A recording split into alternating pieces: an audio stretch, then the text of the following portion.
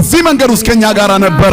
ስለዚህ ያለፈን ክርስቲያን ለምን መከራ ደረሰብኝ ብሎ ከሚማረር ይልቅ መከራውን እግዚአብሔር አሳለፈኝ ብሎ የሚያመሰግን መሆን አለበት። የሰይጣንን ውሸት አትስሙ፣ ዲያብሎስ ይዋሻል። ሐሰተኞች ደግሞ ወደ ገሃነመ እሳት መውደቅ ነው ይላል መጽሐፍ። ከናዝሬት መልካም ነገር ይወጣልና ተመልከት። ያውም ከተናቀችው መንደር ከገሊላ ከትንሿ አውራጃ የድሃ መንደር ከምትባለው ከዚያች ከተማ ዓለምን ባለጸጋ የምታደርግ እመቤታችን ተወልዳለች። ክብርና ምስጋና ለአምላካችን ይሁን።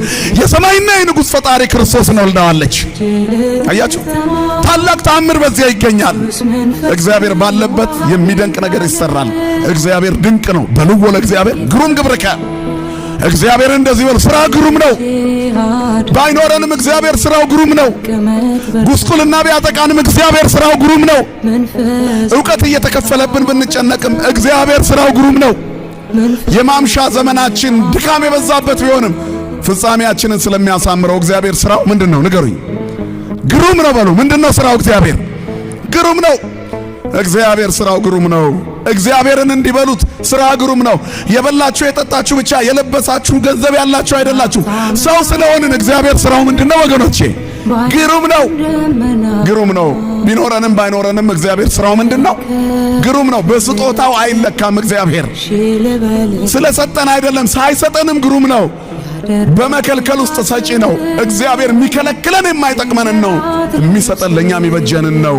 ለምንን ሁሉ አይሰጠንም፣ ምክንያቱም ስራው ግሩም ነው። ተቀብለን እንዳንጠፋ ሳይሰጠን ያኖረናል። አያችሁ፣ እናት ልጇ እንዳይታመምባት ከጣፋጭ ነገር ትከለክለዋለች። ስስታም ሆና አይደለም፣ ልጁ በጣም ያምረዋል፣ እናት ትከለክለዋለች። እግዚአብሔር ለኛ ከእናት ልጅ በላይ ውድ ነው፣ ከአባት በላይ ውድ ነው። የአባትን እልፍኝ የሚያስረሳ ፍቅር ያለው እግዚአብሔር ብቻ ነው። ታድጎቱ ታላቅ ነው። ክብርና ምስጋና ለስሙ ይሁን። ስለዚህ የሰይጣንን ውሸት አትስሙ። ጻድቅ ማለት እውነተኛ ማለት ነው። ጻድቅ አይወድቅም፣ የእግዚአብሔርን ኃይል ፈጽሞ አይጠራጠርምና። ስላልተሳካልኝ እግዚአብሔር ስላልቻለ ነው አይልምና። ጻድቅ ሰዘይት ገደፍ ይሪኩ፣ ጻድቅ ሲወድቅ አላየሁም። በእግዚአብሔር ኃይል ስለሚያምን እግዚአብሔር ይሰራል። ስትገባ እግዚአብሔር ይችላል በል። ጥያቄ የሚመለስልህ ባለመመለስ ሊሆን ይችላል። ጠይቀሽ ባለመመለስ ሁሉ ተመልሶልሻል። እንደ ቅዱስ ጳውሎስ አልተመለሰለትም። አሞት ጠይቆ አልፈወሰውም። እግዚአብሔር እያመመ ስራ ኃይሌ በድካም ይገለጣል።